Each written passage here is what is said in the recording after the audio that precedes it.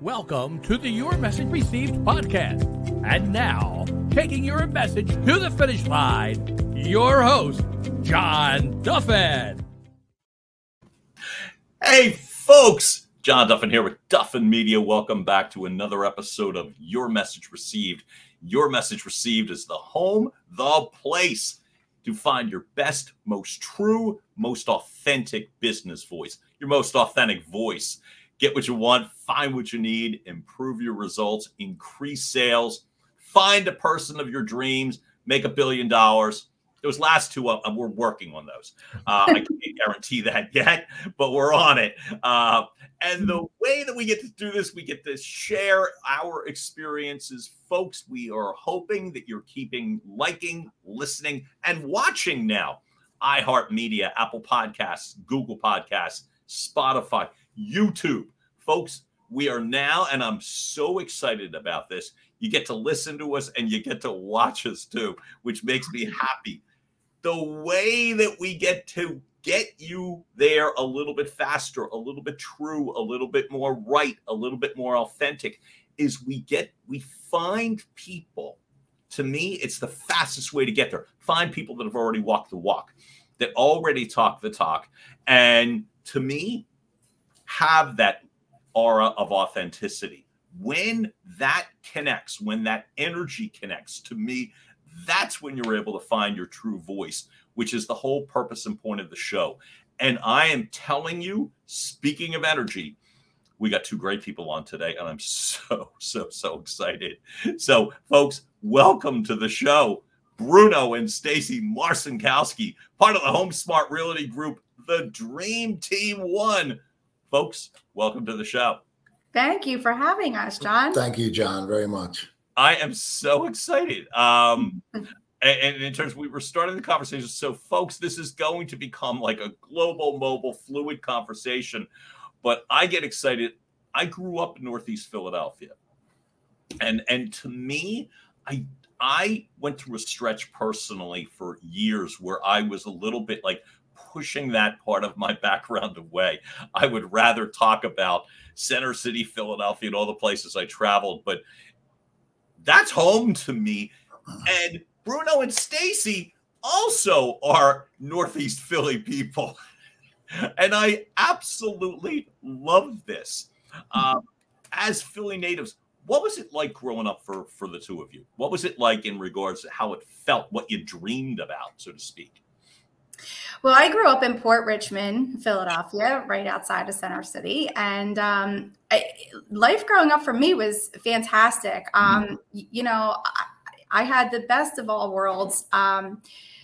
Came from a loving family, a hardworking family. I was actually the first one to actually go to college, but my background was, you know, you worked your butt off and you worked you really appreciated the work ethic.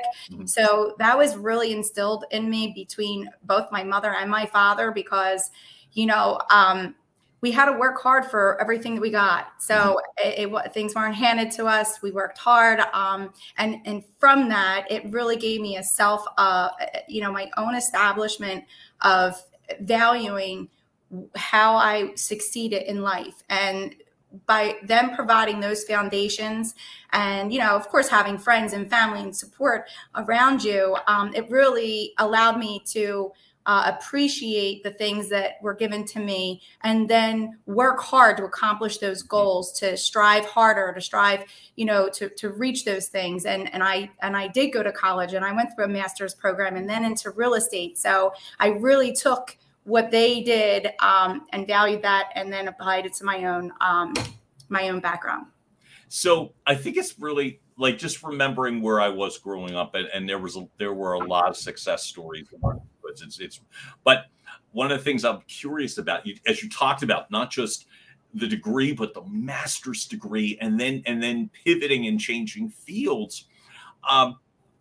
I don't remember a lot of master's graduates in my neighborhood. Was that unusual? Like for you, in terms of that sense of really pushing the needle in regards to working hard and succeeding? Was that unusual? Was it? Yeah. In Port Richmond, it's, hardworking blue collar workers. Yep. and my family was just that. You know, my dad went to Massbom and he was in banking, but worked his way from a file clerk to senior vice president of a bank. My mom was in some sales with Princess House Crystals and did title work for trucking companies. And then later on, she ended up at Catholic school as a secretary to the principal of that school. So, and then she retired in her early 60s. I absolutely love here. By the way, I also love the multiples in regards to your, like, as you're talking about your family and your parents move from here to here to here. I love that. And the compounding of doing multiple things. Bruno, how about you? You're a father judge grad. We were just talking about, so you went to school, you went to high school about a half mile from where I grew up. Yeah, I grew up in Mayfair, and a lot of my family. Sorry, I do that all the time. Yeah, and a lot of my family was in the suburbs. You know, I, like Stacie, went to college, and I had a good upbringing. Right. Both my parents were small business owners. I lost my father at a young age, my mother not too long ago. But you know, growing up, you know, with a mother who had a hair salon in a basement and came up to lunch to feed me during her break and my break when I was walking back and forth to St. Timothy's. You know, my father, although was married a few times along with my mother, married a few times, this family unit stayed together. Every Sunday, we would all be at our house together with, I don't even use the word step brothers and sisters. They're my brothers and sisters. Right. And you know, I got a chance to watch, you know, a separated family work as a family unit. And my dad's been passed away over 30 years. And I'm still very close with my sisters and my little brother. And I'm very happy for that, you know. And I think besides the business acumen that they taught me how important the family unit is, you know, and that's something that to this day I relish. What did you both see in regards to like dreams back then? Do you remember? Like, what were you like back when you were in that neighborhood, even if it's the Sunday family dinner or dinner, so to speak, both family, what did you see? What were the dreams then? Well, for me, you know, my mom had a home cooked meal every day of the week, you know, except for Friday or Saturday was pizza day. But, you know, she was an old school Italian, so she cooked every day. But my dreams, because I was a gymnast my whole life growing up, starting at the age of 7 or 8, I did all that professionally and toured and things like that. And that was a heavy responsibility and I loved it, but it was a lot of hard work. But that really gave me a sense of striving also for competing and wanting to do better and wanting to be successful at those things. And my mom and dad were there to support me all the way for that. That's, you know, that was the sport that I was involved with growing up in the neighborhood. I started out at the little rec centers and then, you know, moved on to professional gymnast studios and things like that. And then in competition. So that was part of what my growing up was. Stacie, I'm so glad you brought that up, because one of the things that I think about in terms of, like, so often the conversations go right to real estate and right to, you know, one of the things I think about is talk about unusual. How many gymnasts were in your neighborhood? And I can't imagine there were a ton of them. There wasn't. And at one point, I loved it so much that that's what I thought I wanted to be. And when I started into my college courses, it was to, you know, my dream job at that time was to open up my own gymnastics center. And that's what I thought I was pursuing until I started taking more and more of my college classes. It then led me down a different path to psychology. And so that's what I ended up getting my Bachelor's of Arts degree in, was psychology at Temple University. But it was a natural evolution. It wasn't like an injury or a bad experience, no, right? It was just a sense of of a sense of purpose in terms of this is the direction I think. I think that's really, really cool. And like I said, in terms of that, for you, Bruno, back then, what did you see for yourself? So again, both of my parents were small business owners. Right. Mom a hairstylist. My dad was in the bar industry. Benny and Flynn's, Nick's Roast Beef, some popular names. Do you mean the one on Common Avenue? Yeah. Oh my God. And I always give a shout out to the current owner, Matt Rossi, who's a young guy who opened the one in Franklin Mills, and he really did a nice job taking over something that was in my family for a lot of years. And he's a young guy and a sharp guy. So I wanted to give him a little shout out because he does a really nice job with something that was in my family for decades. Well, I know you guys have way bigger dreams, and I can't believe I'm going to ask a follow-up question on Nick's Roast Beef. However, I am, and the reason I am is to throw myself under a bus in the regards to, so that was my hang for years. Sure. Years. I used to work at a paint store relatively nearby, and I remember going there, and I'm embarrassed to say, but it was true, which was I had a very difficult time getting served in New Jersey, even though it was a younger age to get served, but it was easier for me in Pennsylvania, and Nick's Roast Beef became a hang for me for forever. The follow-up question was this, simply, I don't know a tab or anything, do I? I don't think so. You'd have to ask Matt Rossi at this point. Because I thought I was good, but I left there a lot of times, let's just say confused. So, but this is, you see small business, you see gymnasts go into psychology. What was the driving force in regards to, first off, how did you find each other?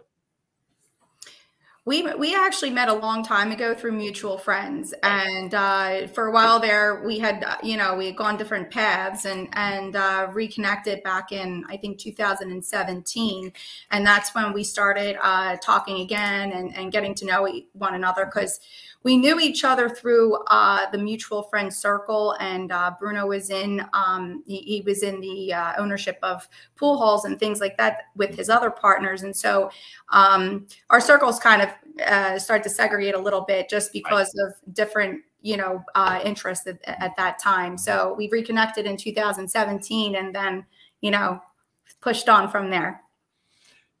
Did the relationship start first, or the Dream Team HomeSmart Real Estate at this point in 2017? Are you both real estate agents at this stage? I'm not. I went to, my college background is in computer security. So I was doing security work for video game companies, but that was starting to fizzle out. Right. So, when Stacie and I first started dating, I was trying to find myself in my 40s, and it wasn't a lot of fun. I'll be honest with you. And I didn't know if I was ready for my queen that sits next to me today. So I had to work really, really hard.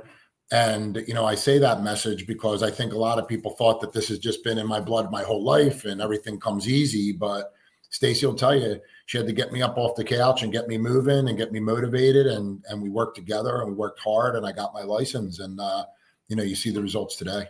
Well, here's what I can. Go ahead. Forgive me. I don't want to talk about. Here's what I can tell you. I was in the real estate industry for about 3 years prior to Bruno then getting into real estate, and I knew that that type of work was fizzling out for him, that he was very, very good at, and we had two totally different skill sets. But a common goal, because he was a business owner. So he had experience in real estate and owning real estate in the past. And I know that I wanted to grow it. I wanted to form a team, grow a team. And so when we connected, I kind of just threw it out there and said, did you ever think about getting your real estate license? You've actually been in the background of all the real estate stuff. Did you ever think about moving forward and getting your license? Because I sure could use someone right now to come full force with me, because I was getting to the point where I was becoming more stagnant because I was handling too many roles at one time. And so he thought about it. And obviously it's a little bit scary going back to school when you're in your 40s, of course. Very scary. But I just reinforced it. I said, hey, if I could do it, and I just did it a few years back, you can do it too. And I think you would be really, really good, and we would be good partners. I find this fascinating. And John, can I add to that real quick? The only reason I like to add to this part when Stacie has mentioned it, because I want people to know that when we started dating, I had to get my credit under, I was in business my whole life. Yep. And my taxes weren't where they needed to be. My credit, I owned a lot of entities, and again, in my 40s, not in my 30s, early, coming out bright-eyed. I'm middle-aged, and I want people to know that 3.5 years later, this is the result. And honestly, when two people work at things and have the chemistry that we had in work, you can move mountains in a quick time, even though it might feel like you're at the bottom. It doesn't take a generation with social media and other things. You can, we're in the information age. I feel like it doesn't take 10 years to recreate maybe some past things that you want to put aside. I think it's really important that you say that. And now I want the first aspect of the team, to me, has nothing to do with real estate yet. So apparently it was a team effort, as Stacie's saying, to get you off the couch to move. I find this great. And I'm saying so because I don't identify that of you at all. Of course so not. I'm really appreciative when somebody says that, because like for me, I was 42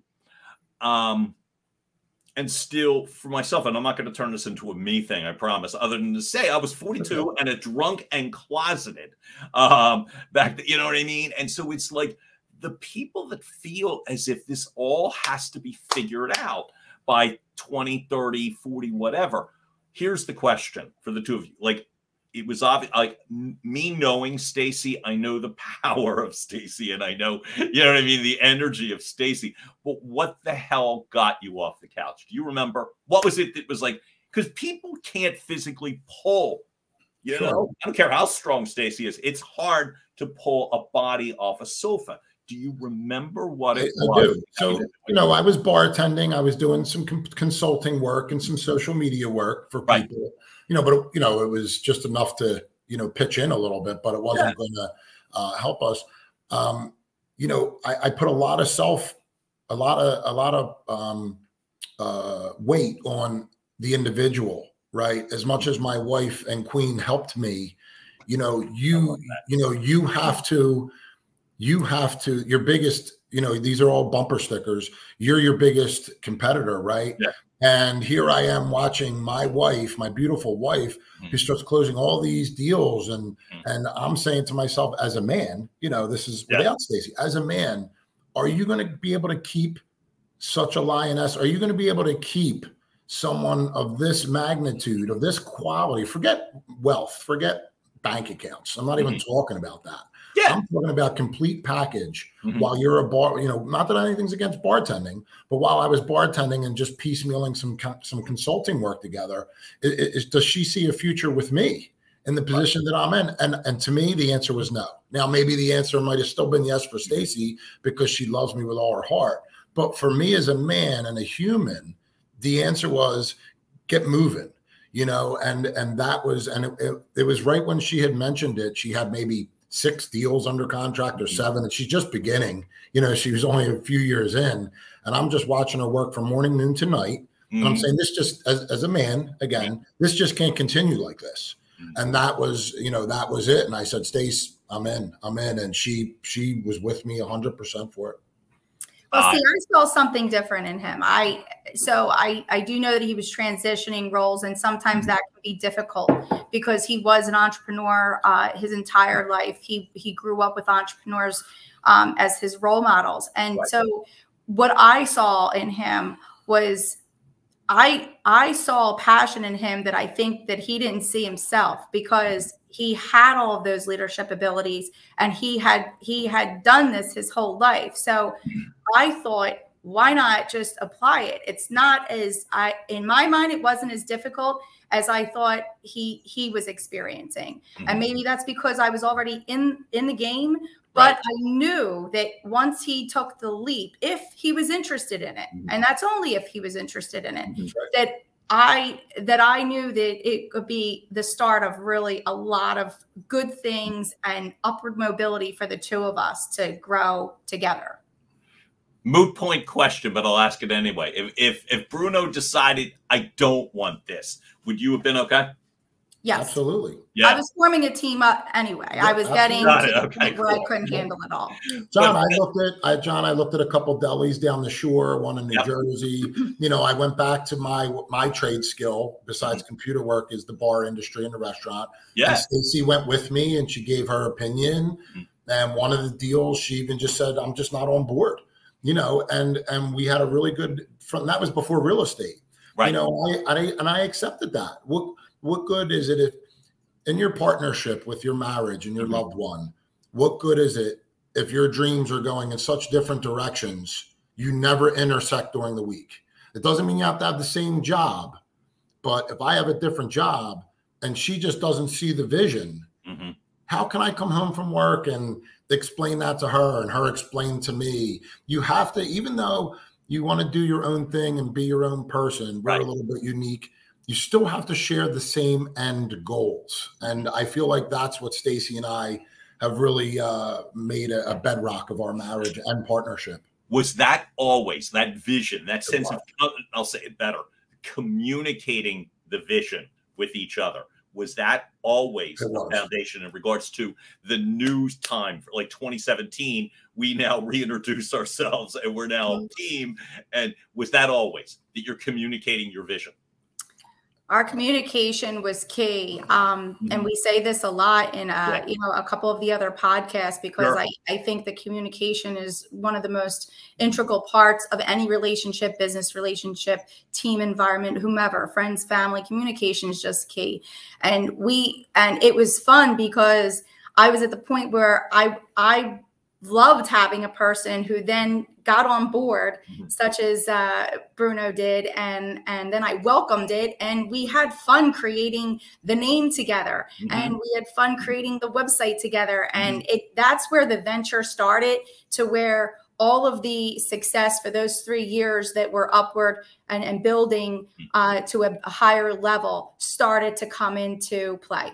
And to add on to that, John, you know, and I like to talk about this again when we have a chance to speak to an audience, because we're open about it, as most people that follow us know. You know, we communicate with spiritually, but we also communicate with our chemistry, physically, you know, sexually. You have to communicate. You know, we're just having a little fun here, but if your partner doesn't like the way you kiss, say it. You know what I mean? Like this is these kind of things. You know, you can't. No, wait. I use that analogy because people go together years and years and years, and they go, you know what? I wish you would kiss this way, or I wish you would touch me that way, or I wish we would pray at dinner, or we wouldn't. But you can communicate everything, not just business, not just the bills, not just with your children. Communicate with every aspect of your life, and we do, from cups of coffee to when we're in bed at night.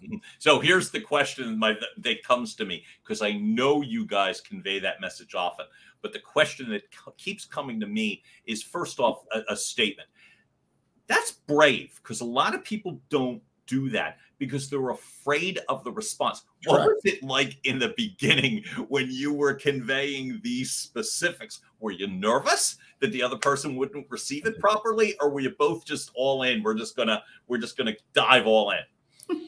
We just watched a movie. Stacie and I didn't even talk about this, but the other night we watched a movie called 2 Night Stand. One of the big actors. Long story short, it's about a kid that goes over on an online date and they get stranded in the house for 2 days because of a blizzard. Well, they don't like each other, then they do. They have sex, and it didn't go that good for the woman. The next night, they spend the whole day talking about it, and then they enact it. And it was the greatest experience of their life. I think you can apply that to almost everything. And I feel like if your partner isn't accepting of the answer, you probably don't have the right partner. You know, it's with everything in life, not just sex or work or business.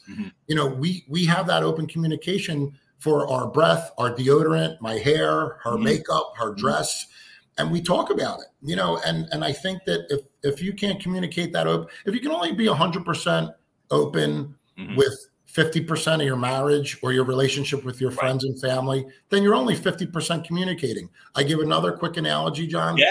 And I don't want to scare anyone, but my wife and myself, we have each other's passcodes. We interchange our phones. We don't care if she answers my phone or her phone. And I'm not challenging people to do that. I don't want to start arguments, but I see that a lot. And I'm wondering, like what, you guys, you got to be 100% in. We're 100% in from morning to night. Is this the first relationship that you both had that it was 100% in, or is that part of both of your DNA? So I think with this relationship, Right. and we've both Obviously, had, we've had other relationships in our life, but when we got together, because we didn't get together until we were in our mid 40s, there was things that we were each lacking in our prior relationships, and it's no fault of ours or theirs. It was just that in my personal background, I always just thought, you're always in that honeymoon phase at first. And if, I always like traveling. I like dancing. I like going out. And I've been that same person my whole life. But I don't think it's fair of expecting that if that's not somebody's cup of tea, and you're just like, oh, well, they'll get to like it. They'll learn how to like it. Doesn't happen. You know what? I failed at that. And so when we got together, me too, by the way, our conversations were on the phone first, which was hard to believe because everything's online all the time. Oh, text. We did something unthinkable. And we did something unthinkable, but talk on the phone and actually find out more about each other. And I was real direct with him, and he was real direct with me, because there was no more games. If there were certain things that we weren't compatible on when we were talking, then we would remain friends and we would move on. No hard feelings, but that was one aspect that I was not going to sacrifice in my life again. And I didn't think he was either. Go ahead. I'm so sorry. Go ahead. Tell your wife, your hair doesn't look like it usually does today, or, hey, Bruno, you need to shave. If you can't say those basic things, and I'm just using whatever, Stacey's always looked nice. I'm always shaving, but these most basic things, you're right, John. People are afraid of the answer.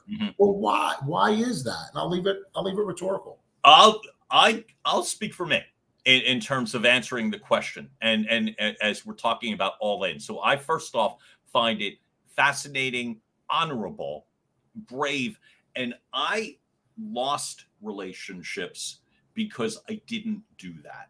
And so one of the things that I've learned a lot longer than in my 40s, it took me to get to that point, and I'm single, which is that sense of freedom that comes, and inclusion, and really all in terms of a relationship, being really all in, how great it feels. I know what it's like from a friendship perspective, but I was guilty of that. And the fact of the matter is I wasn't all in, and I think you do such a terrible disservice to another person when you're not all in. And I'm speaking for me, not for the two of you. I really was just not good enough in regards to relationships because I wasn't all in. So I find this incredibly admirable. And I'm thrilled that you both bring that up, because it's like, it ain't easy. It's one of those things where you are taking risks when you say things, but the payoff is so big to me in terms of how good it feels. And that's one of the things that I see with the two of you, which is that, as I said, it's unusual to me, and it shouldn't be unusual, that a duo is very successful in real estate. You talk about the creative process, and we'll come back to that in a moment. And I love that part. That actually really excites me, what you do creatively. But really, how strongly you are branded and identified as a couple in 2022. Like the way a couple in 2022, like everything's on the table. I'll get to social, like literally right now. You both put so much on the table, not just with each other, but it goes outward too. So like that sense of like the three-way lens, we're all a part of it. When did you guys decide, in terms of your strategy, your marketing strategy, or whatever it was, you know what, not just are we going all in with each other, but we're going all in regards to the way that we project ourselves. Okay. So, you know, I do a lot of our marketing. Obviously, my wife is a student of it, just as I'm a student of her contract work, and she's doing great because it takes two to do what we do. We started it before the pandemic, I think, but I think during the pandemic, when we came down south and a lot of folks were really trying to decide what was going on the last few years and, you know, without getting into the weeds with, you know, the social matters of it. You know, we just wanted people to see that, you know, it's okay to have a public life. I grew up with the no smile. I never wanted to take a picture. And, you know, I was a businessman with the stern look, and, you know, I was always in the back. That's what business people do, is look stern. So I'm not really sure what that accomplishes, because for the first 40 years of my life, I ascertained no real mental or physical wealth acting that way. Right. And again, we always talk about like attracting like. When your pictures look like this, or your pictures look like this. Right. Who's coming? You know, and when you walk into a room, you know, you can tell what kind of energy you exude, right? When you walk into a room, and my wife and I walk into a room, not every room, obviously, but we walk into a room with you and Chad Natch and some other folks. You guys are happy to see us, and we're happy to see you.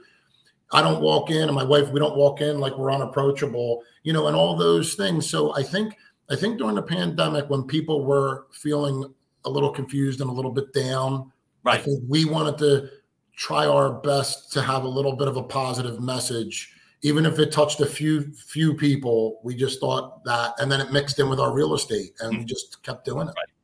So at this point, as the pandemic is going, and it's now a few years in to the Dream Team, and the Dream Team 1, and things are moving at this point, including, as you talked about, the two of you.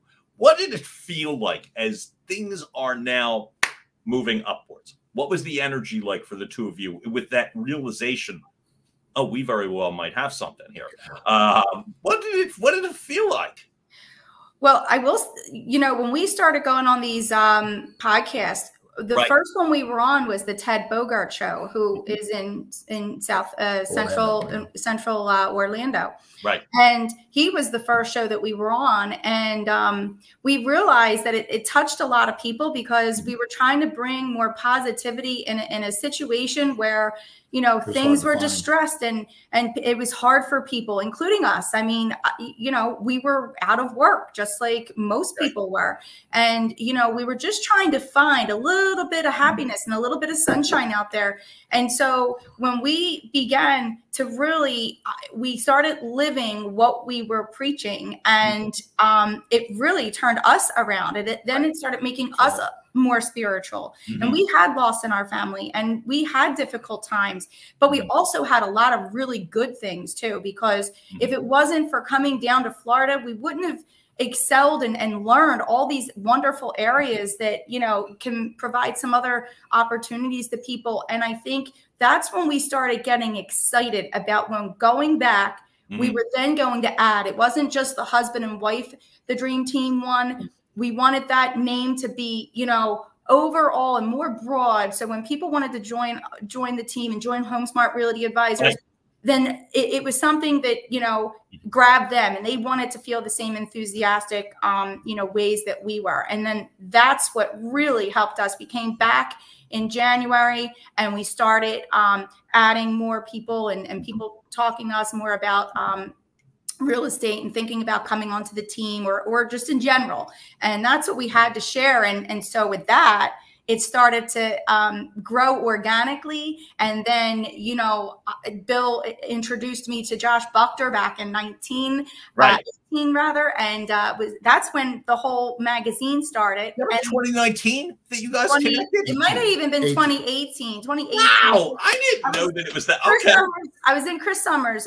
Chris Summers was the cover story, and I was the rising star that year. Oh. And that's where it started. So when boom, and we're like, wow, this is really cool. And maybe we've got something more than just, you know, just the husband and wife thing. Maybe there's more to it. It's bigger. It's bigger than the both of you, bigger than all of us. The words keep coming up, so I would love to lean into both of them now a little bit, where like you're talking about the energy and the spirituality. So, and to me, there's somewhat of a connection, and I'll get to the real producers like the 2022, what I got to see in a moment. But before then, in regards to the energy and the spirituality. So I remember being introduced to you, so to speak, was on another podcast. My buddy Chad Naxton and Amelia Chico. So I'm watching their show to support them. And I love them too. I'm supporting the show. I love them. And I really liked what they were doing with the show. And you were one of the early, you might have been 2 or 3, but you were early in regards to the interviews, right?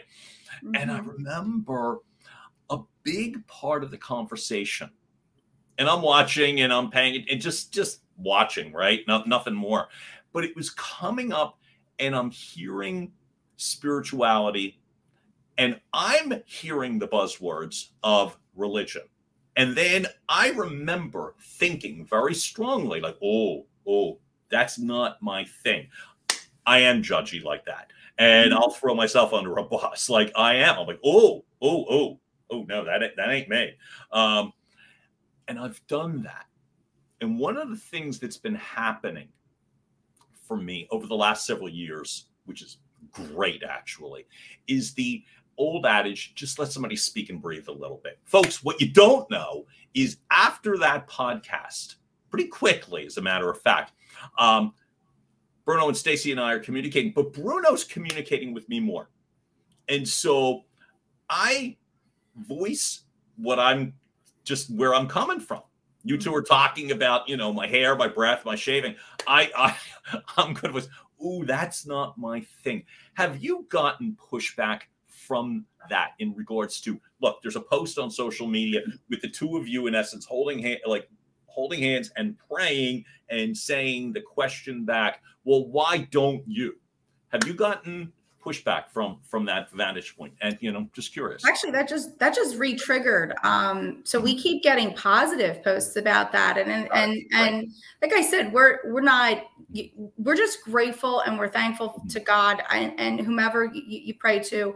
But I think that with us, a lot of things just don't happen by accident. I think that if you live a good life, a good positive life, and Chad was one of those folks that reached out to us during the pandemic stages where we didn't even know Chad, but he saw things about us that he liked, and we loved his energy and his vibe and his be kind energy. And I think that's what really grabs people more. So everybody doesn't sit there and we say a quick prayer before we eat. That's okay. We do. But we haven't really gotten pushback from the spirituality, because I think it's more about, it's a prayer, just thanking God for what we have for today and praying for others that are less fortunate, and just living the best life you can. Love it. And John, as far as Stacie's right, we don't get a whole lot of pushback. We do get some folks that, you can tell it's not in their wheelhouse, which is fine. Two things. What we are finding is more people saying they love that and joining in because they were raised, a lot of our friends and family were raised Roman Catholic. Right. Me. But John, you might arguably be one of the more of the pusher backers, right? Right. You had a nice talk about it. And the way I spoke to you is the way we speak to a lot of people. And I use funny analogies like, we don't obviously we don't judge, but we certainly try to help people believe that all these definitions of God or Buddha or whomever, it's all really a definition of energy, all knowing, everywhere, omnipresent, omniscient, right? So we just like people to understand that just believe in something a little bigger than yourself. It doesn't have to be our choice of beliefs. Having engineering in my background, I understand how a bridge might be built, but I certainly don't know how the ocean was built. So there's some questions there, and I think if everybody takes a minute, you can find positive energy in the ocean, and if you believe in positive energy, that's good in our books too. I love the fact that what I've come to realize, certainly with the two of you, but more, it's not just the two of you. What I've come to realize, which is kind of great, is rather than exclusion, we're this, and if you're not, you never say that, you never conveyed that it's so much more the opposite. And I think where I found, like, I'm like, oh, these are good people. And it was more than that. It's like, oh, they're people that people talk about your energy. And I felt it. I felt it over the phone. I felt it on the podcast. I'm like, they have an energy, right? And right. I have a hard time with that. But thank you. You wouldn't think it would be that hard for someone, but the fact I'm not cold. You gotta do it more, John. I'm not cold. It's or aloof. But what I would say is the inclusivity is, to me, what pulled me in. That sense where you talk about just something bigger than yourself. I got that immediately. Back when our first Monday morning conversation, I got it immediately. As soon as you said it, I'm like, got it. Right. What I find is that I think one of the coolest things about the two of you is that sense of inclusive energy. Now, what I will then say is, so I get to meet you at the 2020, and you bring up Josh Buchter. So 4 years-ish later, 3 years-ish. But for me, this is all 2022 stuff, right? Yep. And I get the great good fortune that I meet the two of you at the Real Producers, Great Producers Awards Gala. I think Bruno and Stacie won, I don't know, 17 awards or something like that. It was, but they kept coming up to the stage. And I know because I was the MC. So I just keep watching this parade. But here, and that's the accomplishment part. So no joke. These two are serious in regards to what they're doing. But what I will say is what I absolutely felt was this energy that is almost unexplainable. And I'll add one more thing, which is when I ask anyone, just had a meal with Chris Stevens, and you come up, do you know Bruno and Stacie? He asked me, I'm like, oh, of course. And it's like, the same word comes up. They have this energy. And the energy is so inclusive. That's what I would say to the two of you. So when I had the privilege to meet you in person, then I could actually really feel the energy. And so, folks, all I'm saying is, like, these vantage points of different, it's like, this is why, for me, I have to remember, don't put up these freaking walls. Oh, no, they're religious. No, they're this. No, they're that. It's insane because you miss out. So I could really feel that. A stupid question is, I'm guessing you hear that a lot.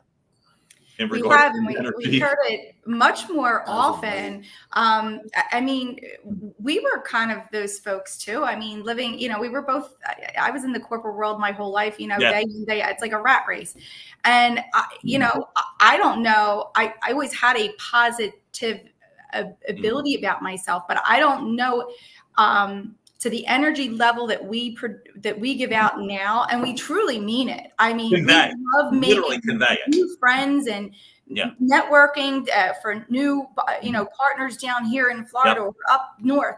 I mean, we really like the inclusiveness that, sitting down and having different conversations because everybody's from a different background and has so much to offer and so much to say, and just learning about people, I think, helps us even bring that energy out more. And we really do try our best to be those positive people. And if something is bothering us, or we're not always we're not always in agreement, we're partners in life and in business, and we don't always see eye to eye, but we always talk about it. And so communication. Again, I think that is the biggest part that we're trying to, if anybody wants to take any little tidbits from these things, if you have these little nuggets in your life, I think that it's going to help everybody grow more, however way that is.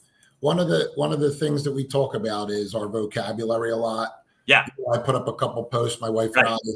One was, exchanging the word, and, some other speakers use these, and we implore people, I think, John, you and I have talked about this. Yeah. We implore people to, read, Green Light from Matthew McConaughey, or listen to Steve Harvey, you're a fan. We all are conditioned to listen to these guys, and I use this all the time, standing out front of a G6 with a bag full of money. And everybody asks me what question I would ask them. And I always say, if I could take all your money away today, would you do it again? Would you be a billionaire again? Yep. So try to follow some folks that can give you some information. If you exchange a word, like I have to, and you just make that word get to. I have to go to work. I get to go to work. I have to pick up the kids. I get to pick up the kids. How about if you're running late? John, we're late for the podcast. Yeah. I don't apologize. I say, John, thank you for waiting for me. Mm-hmm. You know what I mean? Thank you for taking your time to wait for me for being late. Just replace those connotations that we've all been embedded with. If you're late because you're stuck in traffic, it's not an apology. It's thank you, John, for taking an extra few minutes to wait. They're the kind of words, all you have to do is flip them, because your body, you can't I don't even make a lot of jokes about myself, because your body doesn't know the difference of what a joke is. And when you're putting out words, your brain is receiving the word and your body's reacting to it. So when you're using contractions, can't, won't, never, shouldn't, those words, your body's reacting. Even though you are saying a positive word, you're saying, I'm sorry, but you're feeling sad about it. Instead of thank you, John, it's just the same exact, I'm getting the same message to you that I was late. Yeah. The demeanor is happy, not sad. Right.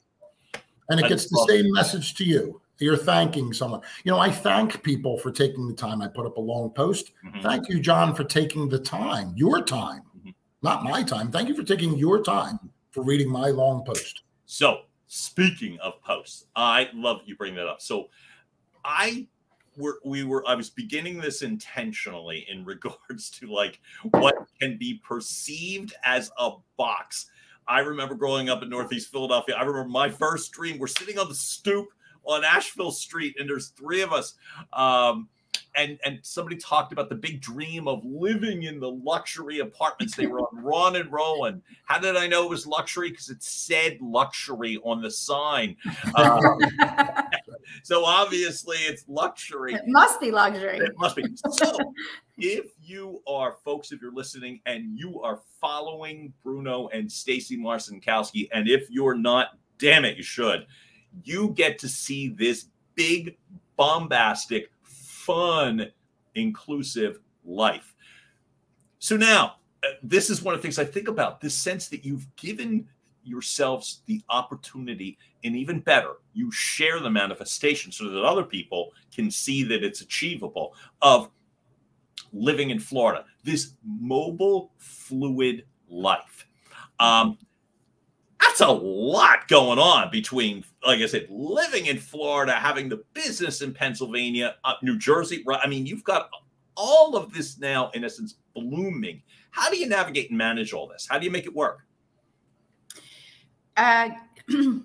Well, I think that my legal background and being very systematic and consistent with those types of things help balance our lives a little bit better, because we both came from two totally different skill sets, which adds value to the team itself and to the business. But in terms of balancing our time efficiently, we do it really well. I mean, we've been listing houses from Florida, no problem at all. And we've been bouncing back and forth and going from state to state and making sure that we're connecting with our clients and through the team and meeting with our team members when we get back every time we're traveling back and forth.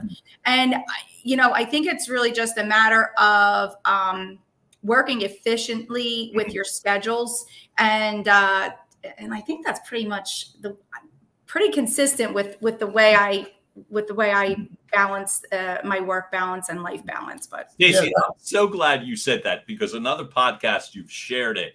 So I didn't want to hammer it home. But one of the things that I find really cool about you is that former background and the precision.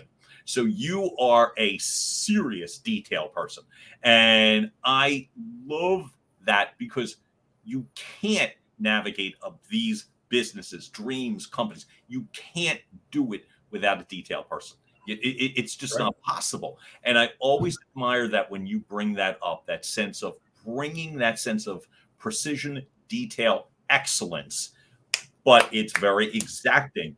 I love that about you. And then from my side of it, exactly. And I would say that, you know, and I say this openly, and I know I'm a little bit biased, but, you know, my wife's contract work and my wife's attention to detail, right? You know, I would probably put her against anyone in legal industries or these industries. And I think her peers would agree with that. I tell people a lot of things about these things, about the phones. Okay. Yeah. No different than we and you and Stacie are sitting here, Chad in Action, Amelia DeChico. You know, as much as you see TikTok's bad for you and social media is bad for you, so is alcohol, speeding, you know, so I'm not going to compare them all, but I told you during one of our conversations, I take a couple days a week and I call some of the people I've reached out to on Facebook because of your niche of voice preparedness is why I reached out to you, because of on Monday mornings. There were several Monday morning calls, and you don't know how much that meant to me. Yeah. Just that sense of direct. You don't hide behind your phone. You don't. And I could feel it, and now I know it firsthand. Yeah, and John, and I want people to know, and my wife too. We do this wholeheartedly. You know, we went to Venice to meet one of our referral partners. You know, Italy or beach? Florida. No, just Florida. Oh, Florida. Okay, I'm sorry, I forgot. Never mind. I'm going California. We're not keeping Europe out of our mix. Florida is only an hour and 10, so that's a quicker ride. But the point I wanted to try to make is, besides arguing about politics and sports and school and, you know, who's better at this and that, check out the people that are complimenting you. Check out the people that are interested in your marriage or your children or your sport, and reach out to them. You know, reach out to the people that are enjoying what you're sharing, because guess what? I bet you they're just as cool on the phone as they are on social media. Probably cooler, as I learned. Even cooler. So, and that's saying a lot. Because one of the things that I love the fact that you talked about it earlier. Two of us talk about everything, even including sex, relationships, kissing, you know, that sort of connectivity. The pictures that the two of you take, whether it's weekdays, weekends, serenity by the sea, but they help in a day and age, to me, where it's so easy to draw a line, push it aside. It's so easy to do that. It just, the fun element, that sense of energy, connectivity, sensuality, all that, you get that in your social posts. And Bruno, you talked to me about this too. On top of that, your precision as it goes to the way that you're revving up your social media, that you're revving up your websites and all that stuff. It's just, to me, it's beautiful. It's fun to watch. It's just fun to watch. We want people to realize that your social media, it's yours. And understand that if you're seeing things on social media that, like, the only groups that Stacie and I follow photography pages. We follow real estate pages. I don't follow bunches of political pages. I don't follow bunches of sports pages.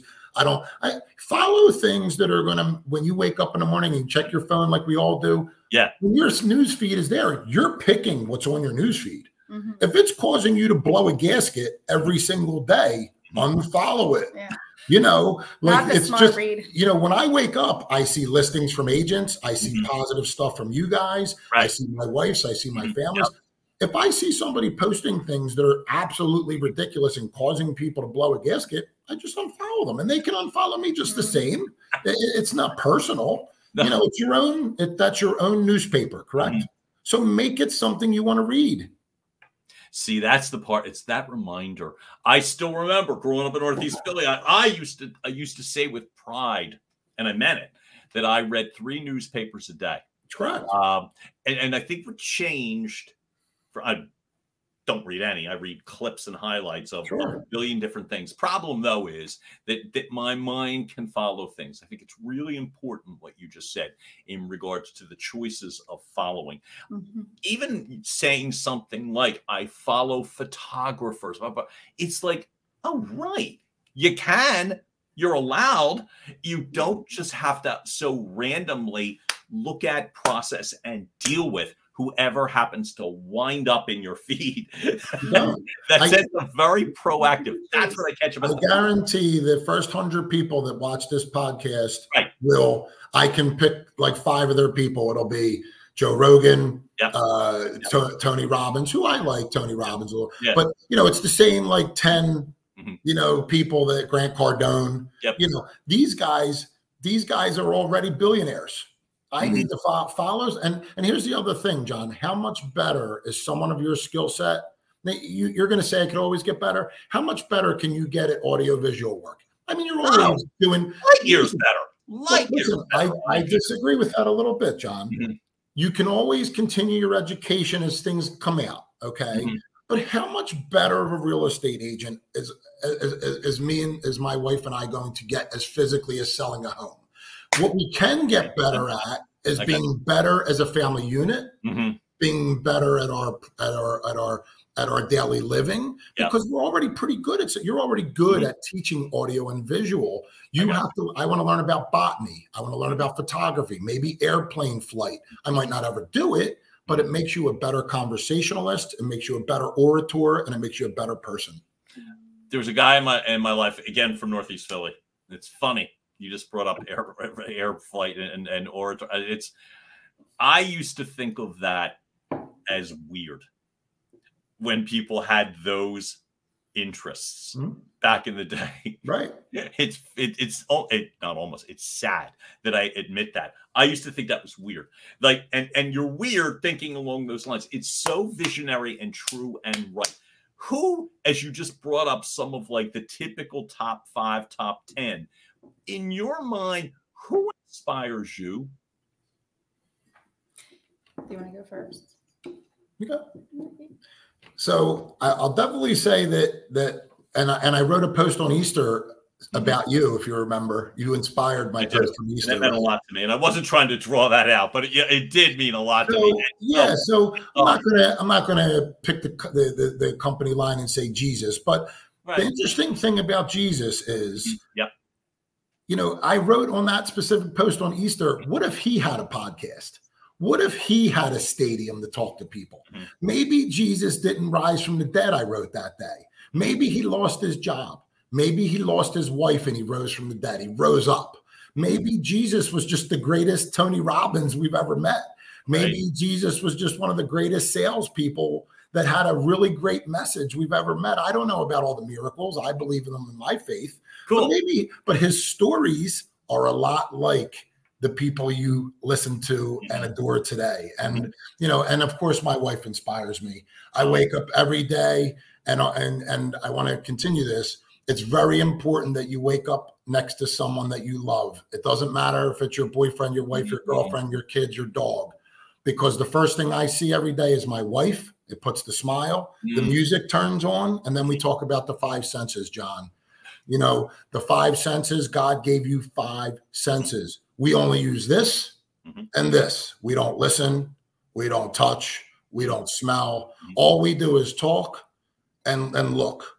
Use all 5 senses every day with everything you're doing and watch the beauty just create in front of your eyes.